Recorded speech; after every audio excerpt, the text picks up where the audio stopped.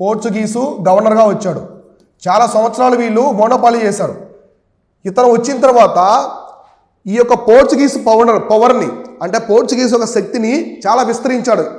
ఒక మన భారతదేశమే కాదు, ఇండోనేషియా అన్ని ప్రాంతాలకి పోర్చుగీసు యొక్క ఆధిపత్యం చెలాయించారు.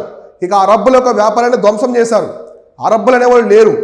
హిందూ మహాసముద్రంలో ఇండోనేషియా దీవులకడంతా అరబ్బు వ్యాపారం జరిగేది. ఎందుకంటే ముస్లిం పాలకుల మొత్తాన్ని ఓడించారు వీళ్ళు. వాళ్ళ యొక్క వ్యాపార ఆధిపత్యాన్ని అంతం చేశారు. కాబట్టి ఇతను వచ్చిన తర్వాత ఇవన్నీ జరిగాయి ప్రధానంగా. అందుకే ఇతను ఏమని పిలుస్తారంటే, కింద మనం చెప్పుకున్నాం కదా, real founder of the Portuguese power అనమాట. పోర్చుగీసు సామ్రాజ్య స్థాపకుడు ఎక్కడ? మన భారతదేశంలో. పోర్చుగీసు సామ్రాజ్య నిజస్థాపకుడు అంటారు. సో చాలామంది హెల్ప్ చేశారు, ఆల్మైడా కూడా చేశాడు, కానీ ఇతన్నే పిలుస్తారు.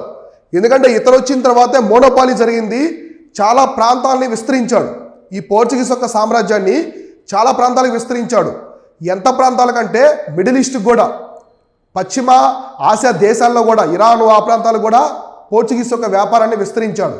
అందువల్ల ఇతన్ని real founder of the Portuguese power in the east అనమాట. తూర్పు ప్రాంతాల్లో మన ఇండియా, ఇండోనేషియా, ఇరాను, ఇప్పుడున్నటువంటి పాకిస్తాన్ ఈ రీజన్లో ఇతను ఈ పోర్చుగీస్ యొక్క సామ్రాజ్యాన్ని విస్తరించాడు.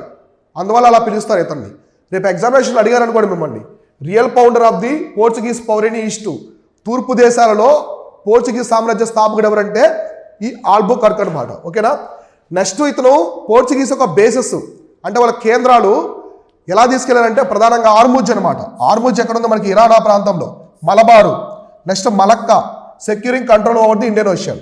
సో ఆర్ముజ్ ప్రాంతం, ఆర్ముజ్ అంటే ఎక్కడ ఉంది? మనకి ఇరాను ఆ ప్రాంతంలో, Persian Gulf. Next Malabar, so Malabar మొత్తం కూడా పోర్చుగీస్ వాళ్ళ కంట్రోల్లో ఉంది. నెక్స్ట్ వచ్చేసి మలక్కా, సో మలక్కా అంటే ఇండోనేషియా, మలేసియా ఇవన్నమాట. కాబట్టి ఓవరాల్గా ఇతను హిందూ మహాసముద్రం మొత్తం, హిందూ మహాసముద్రంలో ఉండే ప్రాంతాలు మొత్తం కూడా మోనోపాలీ చేశారు. ఇక వీళ్ళకి తిరుగులేదనమాట. అంటే హిందూ మహాసముద్రం మొత్తం వీళ్ళ కంట్రోల్లో ఉంది.